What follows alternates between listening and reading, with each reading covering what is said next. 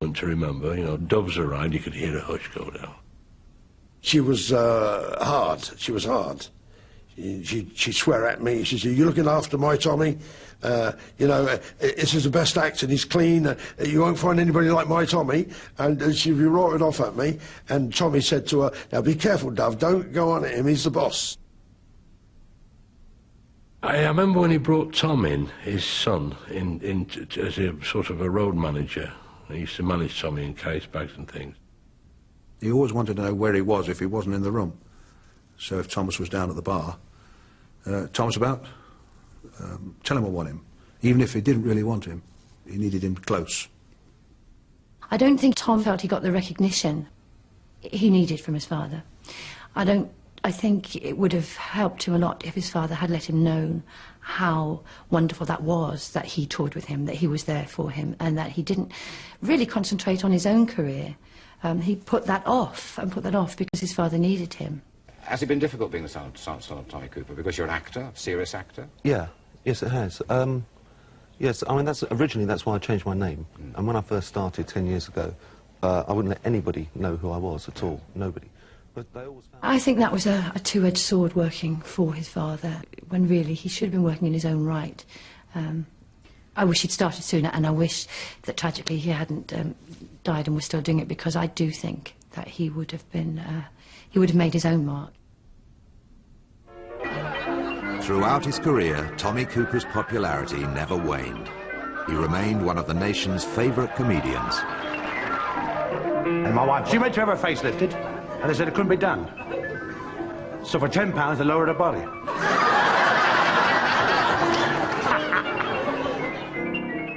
I said to the Chinese waiter behind the counter, I said, "Excuse me, have you got frog's legs?" He said, "Yes." I said, "Well, hop over the counter and get me a cheese sandwich." I think drinking was quite a bit of a problem. He did try and give up, you see, but not altogether. It's impossible. We never really discussed why. Why is he drinking? Perhaps it was a bit of insecurity. Perhaps he just needed, again, that confidence building. But we never really talked about that. He didn't like people laughing at him all the time. I mean, I remember we played at a golf club and he said to the steward, "I'll have a gin and tonic." I can't do impressions, but it was something like that. And the fellow went, "Ha, ha, yes, Mr. Good." He went, "What are you laughing at?" I'm sure there were moments when Tom felt a little inadequate. He hadn't many social graces, and I don't think he was educated to a degree that he would like to have been.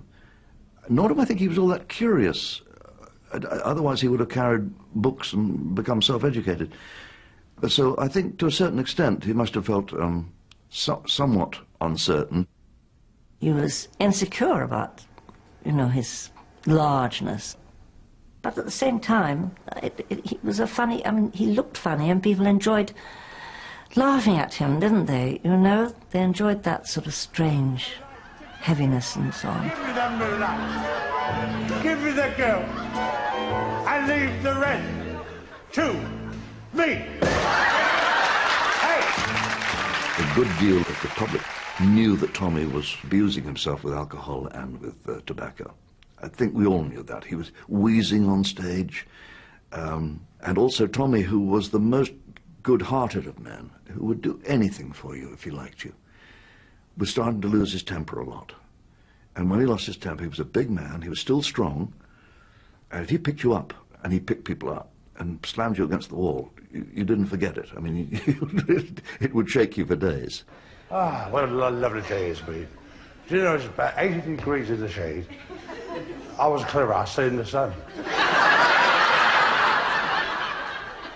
It was the night of his 50th birthday, and he was suddenly realizing that, right, you know, he was getting older, and he cried. He suddenly said, I don't want to grow old, but, which seemed, you know, so kind of strange for a big fella to sort of worry about getting old. He was wonderfully buoyant. You know, nothing got him down, really.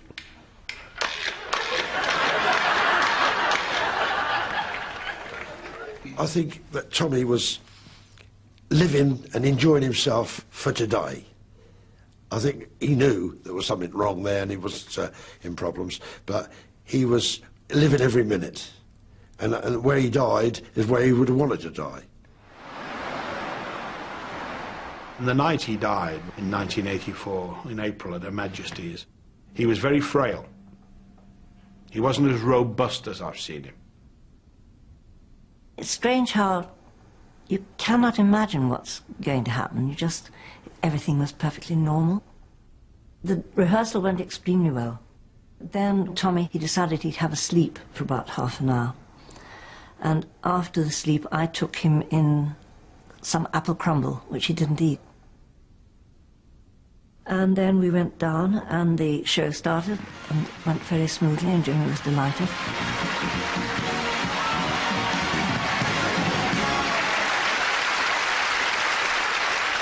Thank you. The final thing that Tommy was supposed to do was this cloak. What was supposed to happen with the cloak? Things were brought from it, and he threw them on stage. I was waiting behind the curtain to do the last trick with him.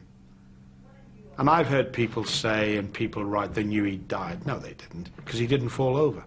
He sank, the girl put the cloak round him, and I was going to come from between his legs, passing him all the things that he was, the cod magic he was doing.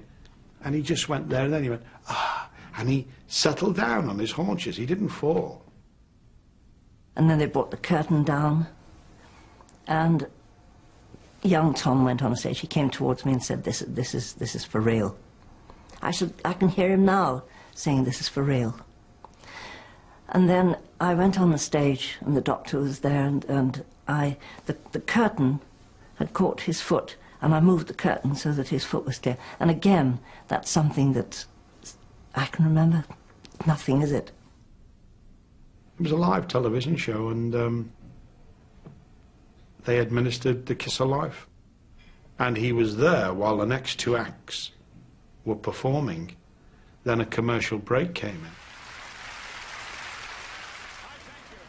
Whilst we were in the ambulance, the doctors were pounding him, and one of them said to me, he's really fighting. Isn't it strange to say he's fighting when he was sort of lying there? So obviously he didn't want to die. The show finished,